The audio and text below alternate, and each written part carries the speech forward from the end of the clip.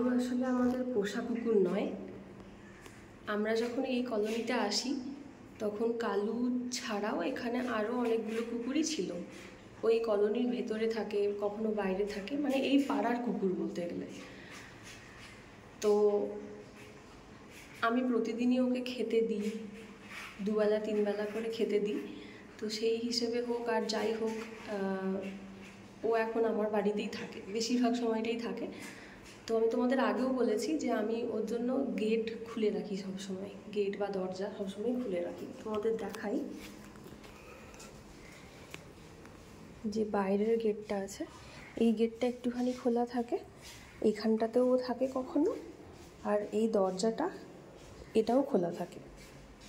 তো ওর যখন ইচ্ছে ও ঢোকে, যখন ইচ্ছে ও বেরোয়। সেই হিসেবে মানে ওর সুবিধা মতো আমরা দরজা বা গেট সবটাই খুলে রাখি।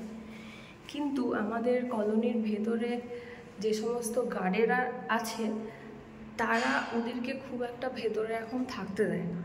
হতে পারে হয়তো ওরা কারোর বাড়ির সামনে পটি করে বা কিছু, যাই হোক কোনো প্রবলেমের জন্যই ওদেরকে সেরকমভাবে ভেতরে ঢুকতে দেয় না। তো সেই হিসেবে ওরা একটু ভয় পায়, মানে কালু বা অন্যান্য যে সমস্ত কুকুরেরা আছে তারা ভয় পায় ভেতরে আসতে।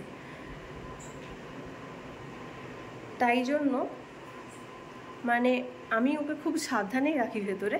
যদি ওরা কখনো দেখে যে কালু ভেতরে ঢুকেছে বা ভেতরে শুয়ে আছে, ওরা না বের করে দেয়। আসলে আমরা তো এখানে, এটা তো আমাদের নিজেদের বাড়ি না, আমরা এখানে রেন্টে থাকি। তো সেই হিসেবে আমাদের কিছু কিছু জিনিস তো মেনে চলতেও হয়। এবার প্রবলেমটা হচ্ছে, আমরা ধরো আজ বাড়ি চলে যাচ্ছি, মোটামুটি 1 সপ্তাহ থেকে 8 দিন মতো আমরা এখানে থাকবো না। তো কালুর জন্য আমার প্রচণ্ড পরিমাণে চিন্তা হচ্ছে। আমি ওকেও বলছিলাম, কারণ আমাদের তো গেট লাগিয়েই যেতে হবে, আমরা তো গেট খুলে রেখে দিয়ে যেতে পারবো না। জানি না ও কোথায় থাকবে। আর এখন ওয়েদারটাও খুব একটা ভালো না, কন্টিনিউ বৃষ্টি হয়ে যাচ্ছে। তো ও সবসময় আমার বাড়িতেই থাকে। এখন মোটামুটি কয়েক মাস হয়ে গেল ও এখানেই আছে। জানি না এরপরে আমরা যখন এখান থেকে চলে যাব, আমার সত্যিই ওর জন্য খুব মন খারাপ লাগবে। ও কোথায় থাকবে, কিভাবে থাকবে, কি খেতে পাবে না পাবে। অবশ্য এখন অনেক বাড়িতেই খেতে দেয় ওদেরকে, কিন্তু থাকার সেভাবে কোনো জায়গা নেই, থাকতে সেভাবে পারে না, বৃষ্টিতে ভিজতে হয়, বাইরে থাকতে হয়, এই একটা সমস্যা। এই জন্য মনটা খুব খারাপ লাগছে।